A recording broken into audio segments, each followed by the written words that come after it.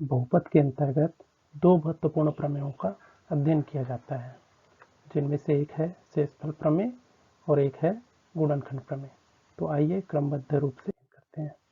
तो सबसे पहले हम देखते हैं शेषफल प्रमेय। शेषफल प्रमेय का कथन क्या कहते हैं?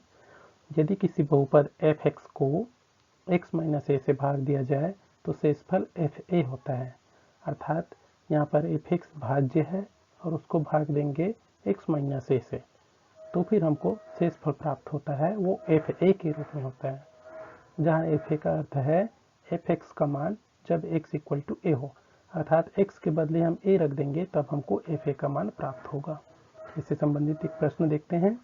यदि px हमको दिया है 2x² - 3x + 6 और gx = x - 2 हो तो शेषफल प्रमेय की सहायता से शेषफल ज्ञात कीजिए। हमको px और gx दे दिया है और हमको शेषफल ज्ञात करने हैं, वह भी शेषफल प्रमेय की सहायता से। तो हल जब करते हैं तो हमको भाज्य px दे दिया है 2x² - 3x + 6 और भाजक दे दिया है gx = x - 2। अब हमारा भाजक x - 2 हमको दिया है और इसको हमारा भाजक के मूल समीकरण या मूल मान x - a से तुलना करते हैं। यहाँ हम देखते हैं हमारा भाजक x - a के रूप में होगा और हमको भाजक दे दिया x - 2, तो x - 2 का x - a से तुलना करते हैं। तो हम देखते हैं कि यहाँ a है और यहाँ 2 है, इसका मतलब a की वैल्यू हमको मिली है 2। तब शेषफल प्रमेय से हमारा शेषफल r = pa हो जाएगा, क्योंकि शेषफल हमको pa के रूप में होता है, अर्थात x के बदले हम a का मान रख देते हैं। तब हमारा r = p और a की वैल्यू 2 आई है, तो हमको px दे दिया है 2x² - 3x + 6 और यहाँ हम x = 2 रखेंगे, क्योंकि हमको a की वैल्यू 2 प्राप्त हुई है। तो p2 = हो जाएगा 2 × x के बदले 2 रख दिया, तो 2 का स्क्वायर - 3 × 2 + 6। सो p2 = 2 × 2 का स्क्वायर हो गया 4 - 3 × 2 6 + 6। तो इस तरह से हमको p2 = 8 प्राप्त हुआ और इसलिए शेषफल प्रमेय से हमारा शेषफल r = p2 अर्थात 8 प्राप्त हुआ। इनको हम सामान्य भागफल विधि से भी भाग देते तो भी हमको शेषफल 8 प्राप्त हुआ और शेषफल प्रमेय से भी ज्ञात किए तो भी हमको शेषफल 8 ही प्राप्त होगा। आइए आगे बढ़ते हैं और हम देखते हैं अगला गुणनखंड प्रमेय, द फैक्टर थ्योरम। गुणनखंड प्रमेय का कथन देखते हैं। यदि बहुपद f(x) को x - a से भाग देने पर शेषफल fa = 0 हो तो x - a f(x) का एक गुणनखंड होता है। अर्थात किसी बहुपद को किसी अन्य बहुपद से भाग देने पर यदि शेषफल 0 प्राप्त होता है तब उस भाजक को भाज्य का एक गुणनखंड कहा जाता है। अर्थात शेषफल 0 प्राप्त हो जाने पर भाजक जिससे हम भाग देते हैं वो उस भाज्य का एक गुणनखंड कहलाता है। प्रश्नों की सहायता से हम देखते हैं तो हमको पूछ रहा है क्या gx यानी कि x - 3 बहुपद px = x³ - 4x² + x + 6 का एक गुणनखंड है। हमें ये बताना है कि gx px का एक गुणनखंड है कि नहीं। और गुणनखंड प्रमेय से हमने देखे हैं कि यदि किसी भाज्य को भाग देने पर यदि शेषफल 0 प्राप्त हो जाए तो वो भाजक उस भाज्य का एक गुणनखंड होता है।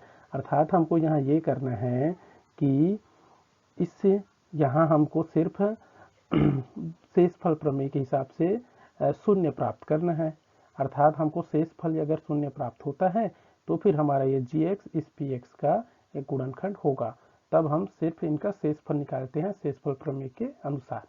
हल जब देखते हैं, यदि x - 3 बहुपद px = x³ - 4x² + x + 6 का एक गुणनखंड है तब x = 3 रखने पर शेषफल 0 प्राप्त होना चाहिए।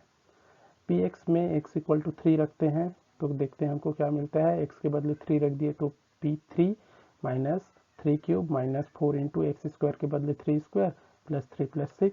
p3 = 3 का क्यूब 27 हुआ -4 × 3 का स्क्वायर 9 + 3 + 6 9 हुआ।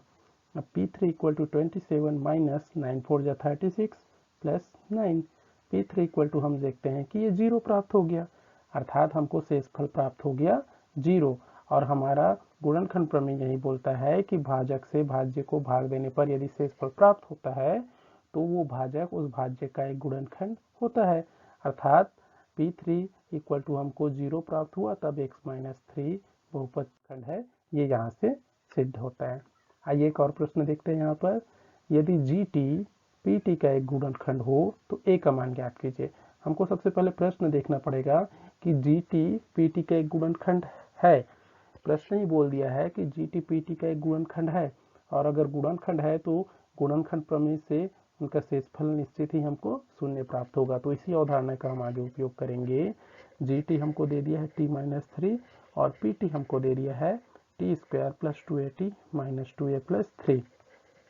हल देखते हैं। दिया है GT PT का एक गुणनखंड है, अर्थात PT जो कि भाज्य है को GT जो कि भाजक है से भाग देने पर हमको शेषफल शून्य प्राप्त होगा।